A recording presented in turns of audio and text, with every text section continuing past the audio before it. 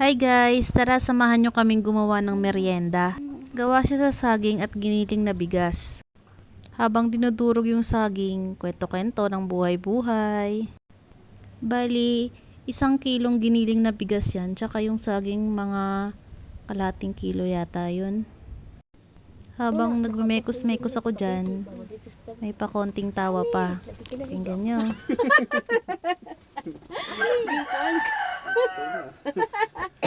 Nakwento kasi ng pinsan ko na nakapagkamalan siyang ate ko. Nagwawalis daw siya kasi sa labas. Tapos suot niya pa yung damit ng ate ko. Tapos tinawag daw siya sa pangalan ng ate ko. Tapos sa hiya niya daw, bigla siyang pumasok ng bahay. Ay, Yumi. Isa siya lang nga kaya doon. Kasi kung waray Yumi, tinangangal.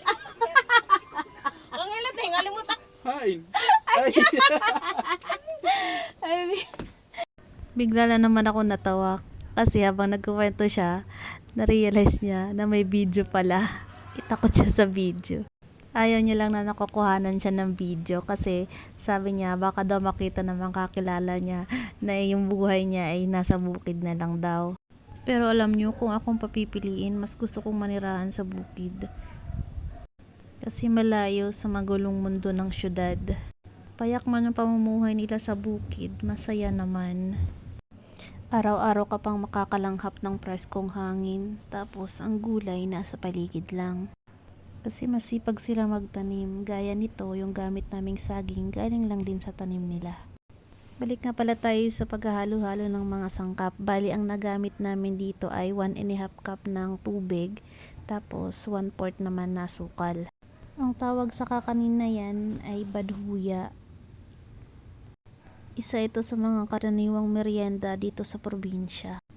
Medyo ngalay na yung mga kamay ko dyan pero go lang para matikman ko ulit to. Sa tinagal-tagal kasi ng panahon, ngayon lang ulit ako makakatikim nito. Bata pa kasi ako nung huling natikman ko to eh. Sa totoo lang, sa tagal ko nang hindi nakakain nito, nalimutan ko na rin kung paano siya gawin. Na-refresh lang ulit ako nung ginawa namin din ng pinsan ko. Kaya sa susunod, pag nag-crave ako nito, kayang-kaya ko nang gumawa ulit. Mahaya na, ipiprito na namin. Pansin nyo ba yung gamit na syanse? Talagang pang matagalan na yan.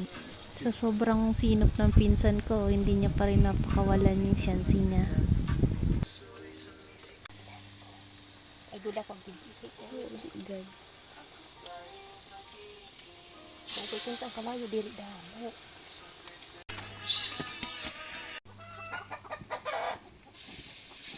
Sira ate Tini. Ato ka siya. Nakakalalag ka man pa ro. Di man sa balayak pero diri ak na. Sira ko ang chiro di kan sikmo ganyan bug. Jadi asilo. Ato na kimboy. Ano na siko? Ayan na guys, luto na. Tara, tikman na natin. Siyempre babata man nga babae di ko man pag pinauwa mo liwat. Yan si Sai, jadi pag ito, minulayan mo, uwang siya, pero ulo